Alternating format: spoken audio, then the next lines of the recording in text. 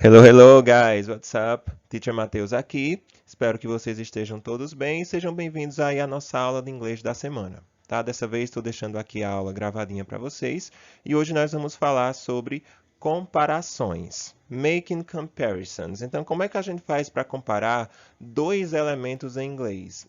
Ou duas pessoas em inglês. Como é que a gente faz para comparar isso, aquilo, utilizando adjetivos?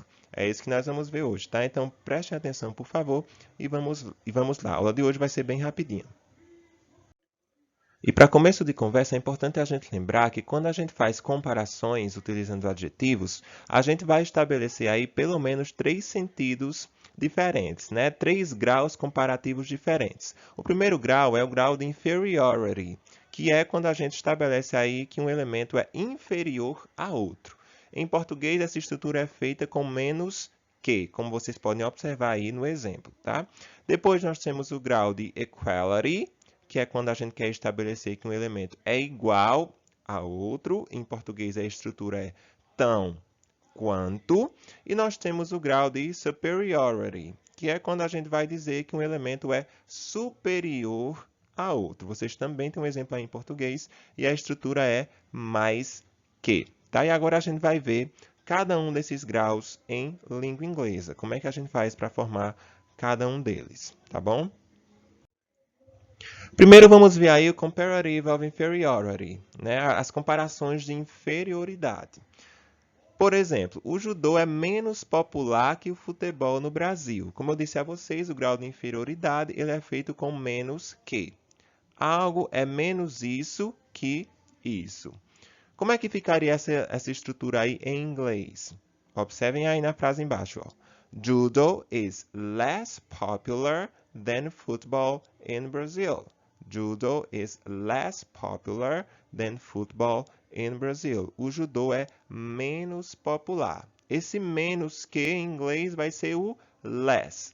Less popular than. Ou, outro exemplo, less efficient than. Então, esse menos que em inglês vai ser less adjetivo than. Tá? E aí você estabelece um grau de inferioridade. Já o comparativo de equality, comparative of equality, que é quando a gente estabelece que o elemento é igual a outro ou não é igual a outro, nesse caso vai ser as. Tá? Observem aí o exemplo em português primeiro. O vôlei é tão vitorioso quanto o futebol no Brasil. Percebam que a gente está fazendo aí uma igualdade entre dois elementos a partir do adjetivo vitorioso, não é? Ó, o vôlei é tão vitorioso quanto o futebol. Esse tão, isso, quanto, isso vai ser em inglês as. Então vai vir o as, o adjetivo e o as, e aí a gente faz um comparativo de igualdade. Por exemplo, volleyball is as successful as football in Brazil. O vôlei é tão vitorioso, as successful, as quanto o futebol no Brasil, tá? Cats are not as fast as leopards. Os gatos não são tão rápidos quanto os leopardos. Percebam que aí a gente está também fazendo comparativo de igualdade com a estrutura as. E por fim, nós temos o comparativo de superioridade, né? Comparative of superiority.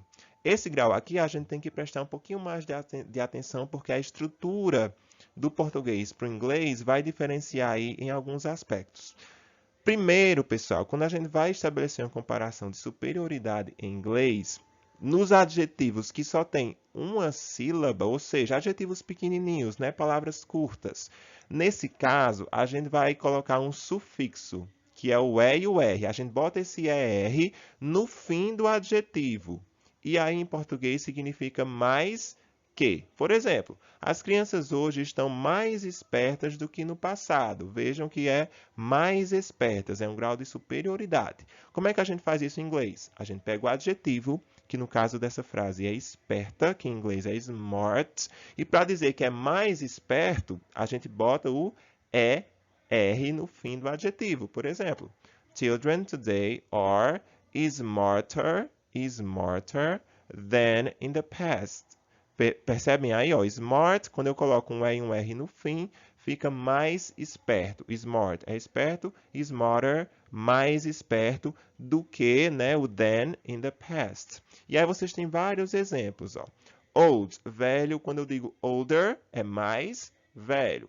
Tall, alto, taller, mais alto, tá? Então, quando o adjetivo for curtinho, só uma sílaba, você vai acrescentar um E e um R no fim dele, e aí você faz um comparativo de superioridade. Jane is taller than John. Jane é mais alta do que John, tá? Esse é o primeiro caso de comparativo de superioridade. Já no segundo caso de comparativo de superioridade, aí a gente tem uma regrinha ortográfica, tá?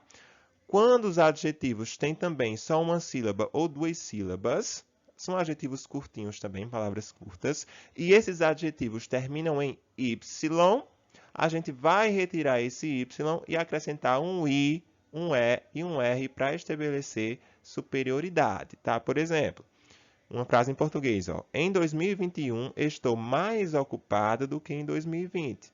Vejam, mais ocupado do que. Como é que a gente faz isso? Ocupado em inglês é busy, busy, que é um adjetivo que termina com Y, tá? Então, a gente vai retirar esse Y, colocar um I e colocar ER. Por exemplo, in 2021, I'm busier than in 2020, tá? Outros exemplos aí embaixo, ó. Silly, bobo, um adjetivo que termina em Y e antes desse Y tem uma consoante. Então, para eu fazer o comparativo dele, eu tiro esse Y e fica sillier, ou seja, mais bobo. Lazy, preguiçoso. Lazier, mais preguiçoso. Por exemplo, he is lazier than his brother. Ele é mais preguiçoso do que o seu irmão.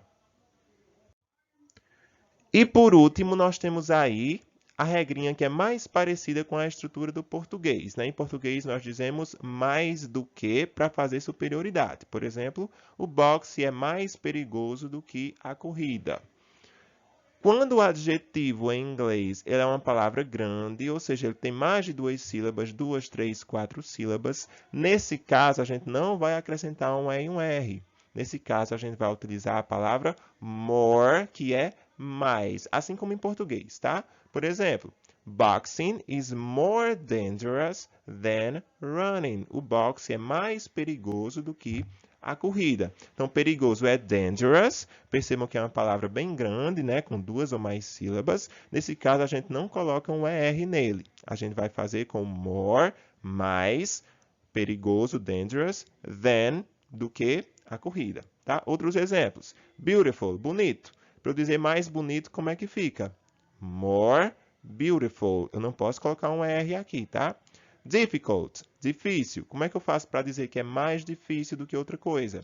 More difficult, tá? Então, quando o adjetivo ele é grande, você coloca more than. Não faz nenhuma alteração com o sufixo.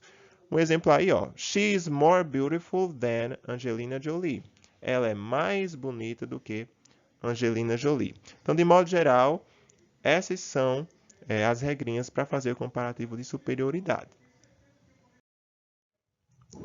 E aí, só para concluir, nós temos alguns casos especiais, tá? Alguns special cases. Quando um adjetivo ele vai terminar em consoante, vogal, consoante, a gente vai dobrar a última consoante quando a gente está escrevendo aquela palavra, tá? Por exemplo, ó, big. Big é grande. Quando a gente vai fazer o comparativo desse adjetivo, ou seja, mais grande do que alguma coisa, o comparativo de superioridade, a gente viu que quando a palavra é curtinha, a gente acrescenta um ER, né? E isso vai acontecer com big, porque big só tem uma sílaba, não é verdade? Então, nesse caso, como termina em consoante, vogal, consoante, né? B consoante e vogal, G consoante, a gente tem que dobrar a última consoante. No caso, bigger. Então, big, grande, bigger, mais grande. E finalizando, nós temos aí algumas exceções, tá? Que são os comparativos de good, que é bom, que no caso a gente tem uma palavrinha que é better. Better é melhor que. A gente não diz mais bom, né? Algo é mais bom do que isso. Em inglês também não. Então, nós temos good, que é bom. Para dizer que algo é melhor, eu vou utilizar a palavra better. Mesma coisa com o ruim. Então, bad é ruim. Para dizer que algo é mais ruim, que é pior, aí eu vou dizer worse, tá? Então, algo é worse, é pior do que aquilo. Então, good, adjetivo bom. Para fazer o comparativo de good, better, melhor que. E bad, que é ruim, para eu fazer o comparativo de bad, vai ser o worse, que é pior que. Algo é pior que outra coisa, tá? Então, pessoal, nossa aula dessa semana é isso, tá? Foi só um resumo geral e aí ao longo das próximas aulas a gente vai vendo com mais cuidado e tirando as dúvidas de vocês, tá bom? Então prestem atenção, estudem e nos vemos na próxima aula. Bye, bye!